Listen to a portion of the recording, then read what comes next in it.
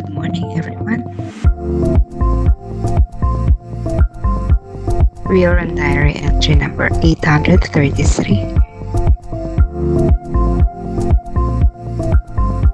I have experienced how much envy there is, even in religious life. I see that there are few truly great souls, ready to trample on everything that is not God.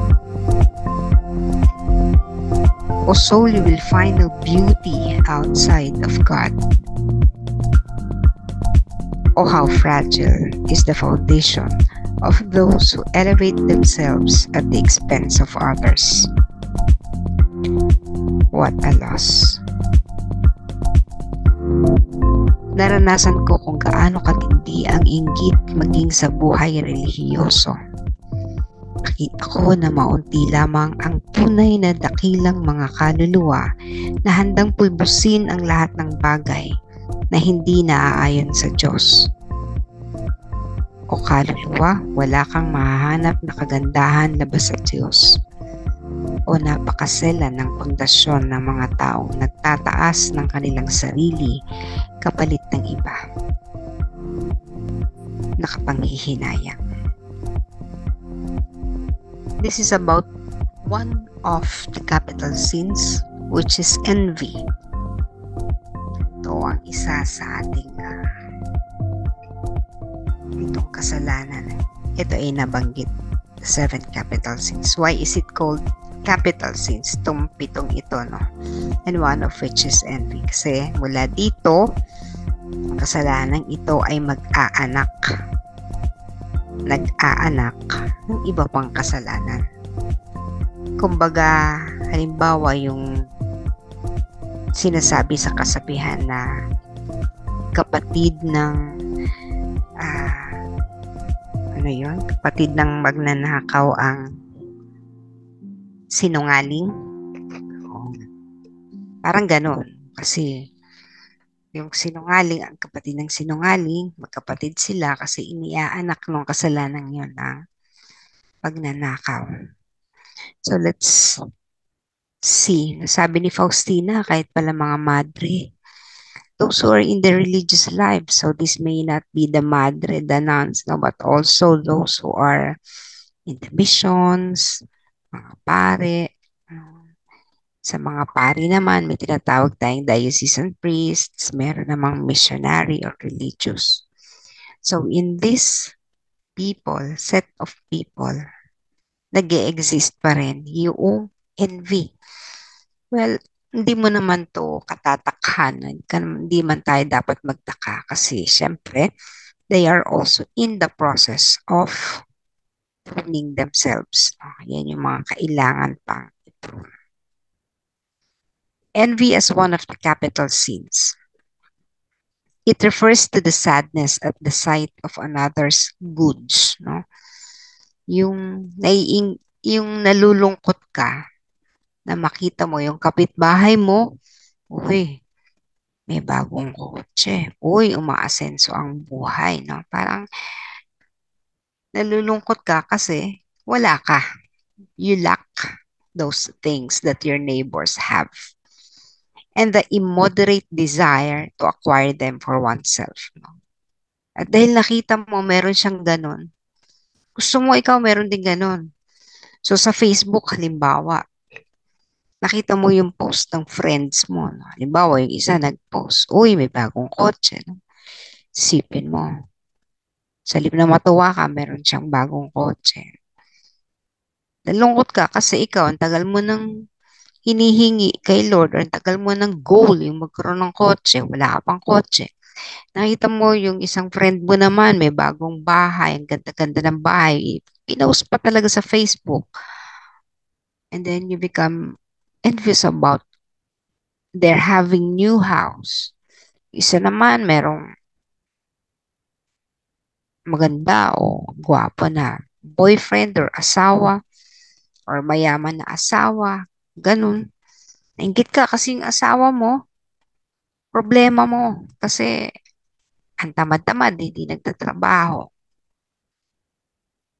So, hindi natin mas lalo to dun sa atin, no? Those who are outside the walls of the convent, no? Mas ano din tayo. But even in the religious, no? Nakita ni Father, yung isang kasama niyang pare, uy, may sasakyan na. Ikaw, nagsisimula pa lang kasi na wala ka pang sasakyan. Ang parokya mo, ang hirap-hirap, hindi makapag-produce ng maraming pera.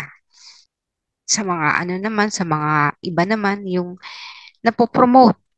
Halimbawa, na-promote si sister ganito into higher position. Nainggit ka kasi you think you deserve that position but it was not given to you. So, and you think na nagkaroon ng politika within kasi may politics din naman sa loob, palakasan din yan and things happen inside. So, nalungkot ka kasi nga wala ka ng mga bagay na yun. And so you desire to acquire them kahit na sa ibang paraan. Countries, yung mga mayayaman, ang dami na nila, no? Ang dami na nilang yaman, pero ba't ganon? Gusto pa rin nila maraming territories. Gusto nila nakarating din sila sa buwan. Tayo, wala man tayong ganong capacity, pero other countries talaga namang magre-race, mag-uunahan sa pagpapalipad ng isang bagay na kamangha-mangha. Kahit tayo, no? Sa sarili natin. Nainggit din tayo. You cannot really say na wala tayong inggit. Kumbaga, lahat tayo may kinaiinggitan. And we need to meditate on that. Bakit ba tayo naiinggit? When it wishes grave harm to a neighbor, it is a mortal sin. So, nagiging mortal na kasalanan na ang inggit kapag gumagawa ka ng bagay na makasasakit, makakaapekto dun sa kapwa natin. Halimbawa, nainggit ka dahil a politician for instance, nainggit dahil in your race to be in that position sa politics, no? In your race, you think that you can only get that position if you kill that person. So, papapatay mo siya para wala ka ng kalaban sa politika. 'Di ba? Or sisiraan mo siya, sisirain mo, pagbibintangan mo, bearing false witness against your neighbor. So it is also a sin, 'di ba? Yung gumawa ka ng kwento just so that you can get that position. So those things, kapag ganun na, nakakasakit ka na, dulot ka na ng sama sa kapwa, then it becomes a mortal sin. So, yun yung sabi natin, no? Ang envy, ang galit, nagbubunga yan ng, I mean, ang envy o inggit, nag-aanak yan ng galit. No? Kasi, is na is ka na. No? Ito, patuloy ang pagyaman, ito, patuloy ang pag-unlad, itong patuloy ang pag-acquire ng kung ano-ano. Ikaw, naiiwan ka sa mas mababa. And so, you become angry. You hate these people. Kasi parang, bakit gano'n? Napaka-unfair ng buhay, no? Sisisihin mo na ang Diyos and everything. Natutuwa ka na, no? Ay, ayan. Kasi makasalanan, kasi magnanakaw, o di ayan, kinarma, no? Natutuwa ka na doon sa mga misfortunes.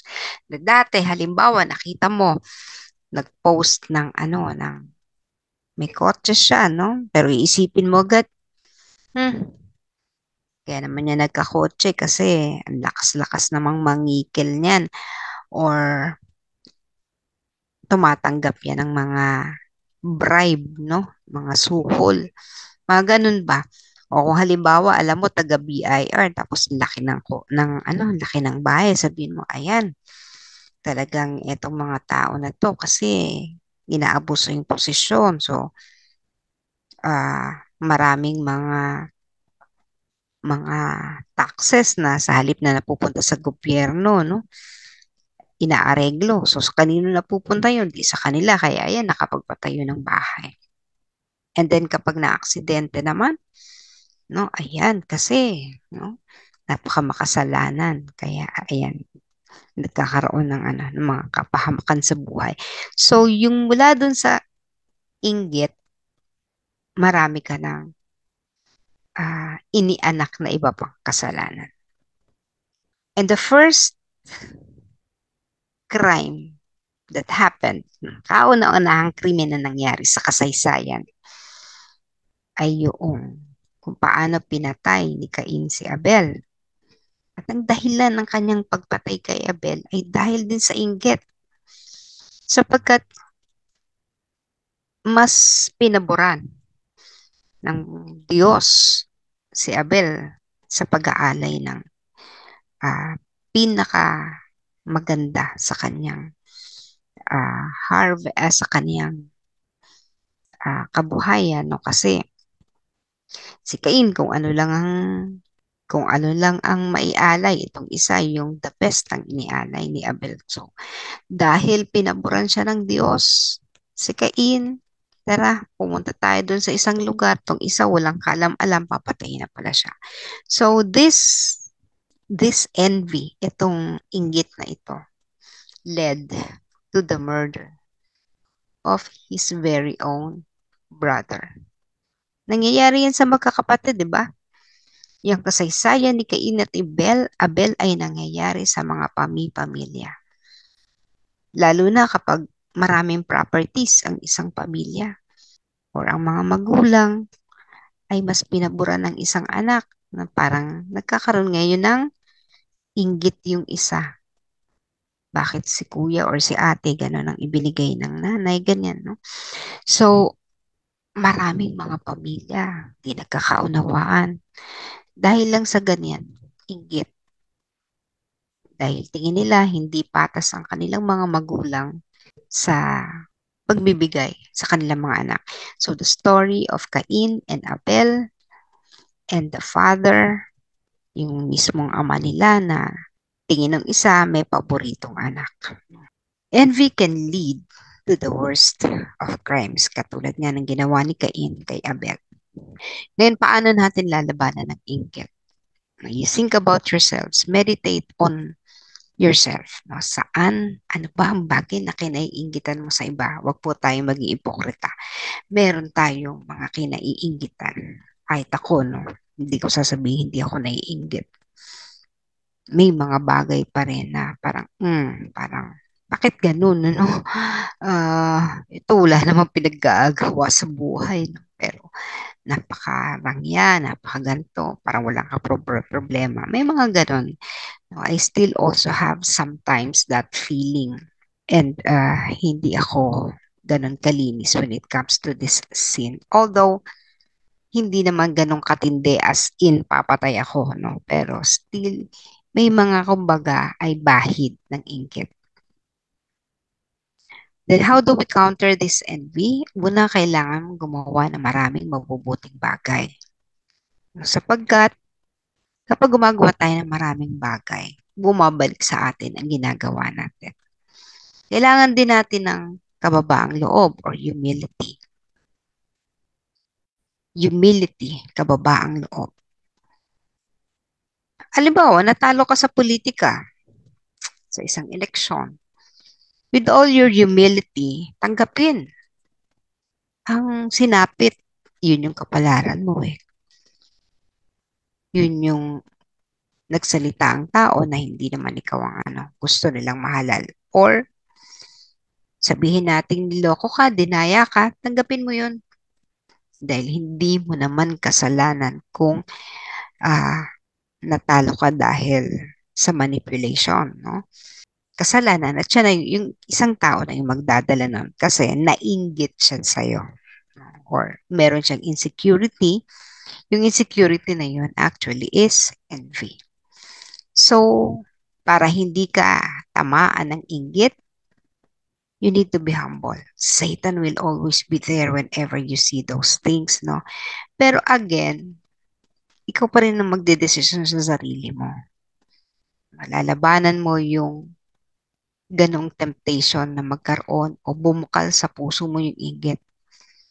And that is by doing good and by being humble. And then another one is charity. Charity, yung pagiging generous mo, pagtulong sa iba.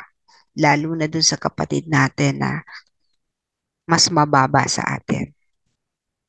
When you help these people, again, generosity and charity brings you abundance and prosperity. So, hindi mo kailangang mainggit because all the things that you're doing are for others. Kung meron kang ganong satisfaction, parang binalikan mo yung test of love of God.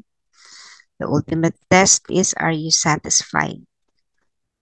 Kapag hindi ka satisfied sa bagay at tinitingnan mo ang pagmamahal mo sa Diyos na mas mababa pa ka kaysa sa ibang bagay, then you're not satisfied. Ibig sabihin, you still give so much attention to the things which are material. Kasi yung inggit naman, basically material in nature. Naiinggit ka dahil pag may possession yung iba, may pag-aari yung iba na wala ka. And then, even if you say that these are related to hierarchy or position, ganun din yun. Kasi ang mga posisyon dito sa lupa, may katapat na material, material things. Halimbawa, mas mataas ang posisyon mo, di syempre, mas mataas yung sahod mo. Kasi kung ano naman, kung wala ka namang mapapala, hindi ka mainggit. Sabi mo, hiyaan mo na sila, wala naman lang yan. But, pero kung if at stake ay nag-uusap tayo ng malaking salary, ng malaking opportunities, doon nagmumula yung inggit.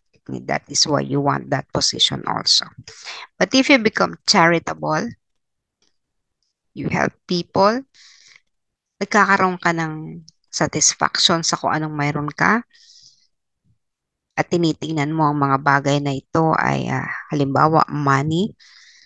Money is a tool, no, for you to help people and to grow spiritually.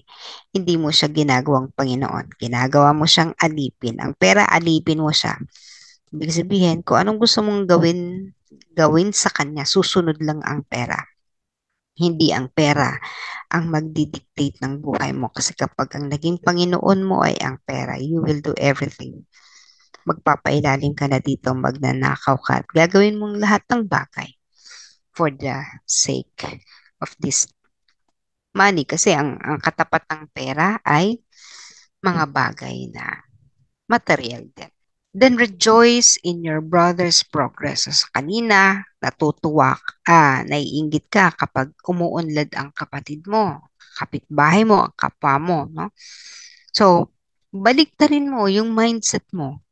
Kapag ang kapitbahay mo umuunlad, di magalak ka. Say, congratulations, ganto ganyan, O nakapagpatapos ng anak, ikaw hindi ka pa makapagpatapos ng anak, problema mo pa ang tuition fee.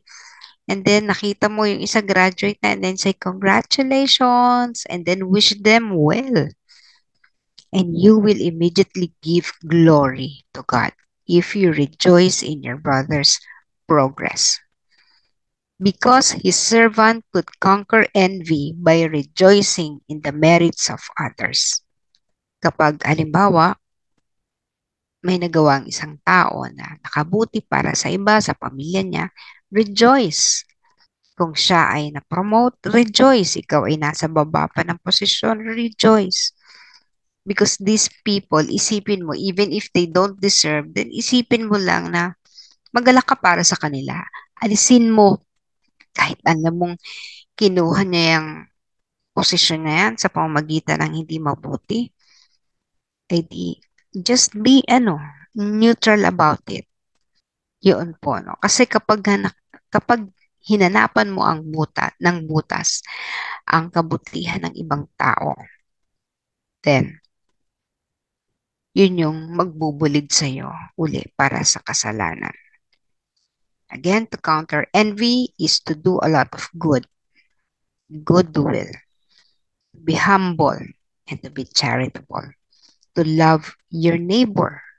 Sabi nga sa gospel today, sa gayon ang anumang hingin ninyo sa Ama sa aking pangalan ay ipagkakaloob sa inyo. Ito ang iniuutos ko sa inyo, mag-ibigan kayo. If you love your neighbor, you will be happy for what is happening in them, for their merits, for their success, if you love your neighbor. But if you hate your neighbor, anything that is not good, you will be happy for them. And then envy would come in, would sink in. But if you love your neighbor, if you love other people, hindi lang yung sarili mo, hindi lang yung pamilya mo, doon, ibinibigay ng Panginoon ang lahat ng bagay. This was also said in the previous reflection natin, specifically kay Saint John of the Cross. Yung love, the love that we have for God and the love that we have for our neighbor. Hindi lang yung in the gospel for today, hindi lang yung love of neighbor, kundi yung sinabi niya, yung ibigin din, unang-una, syempre, ang ating Panginoong Diyos. If we love God above all things, nagiging favorable tayo sa harap niya, katulad ni Abel. Tayo ay papawaran ng ating Panginoon at ibibigay sa atin, ipagkakaloob sa atin ang anumang naisin ng ating puso. Bakit? Sapagkat alam ng Diyos na gagamitin mo sa kabutihan ang kung anumang bagay na hinihingi natin.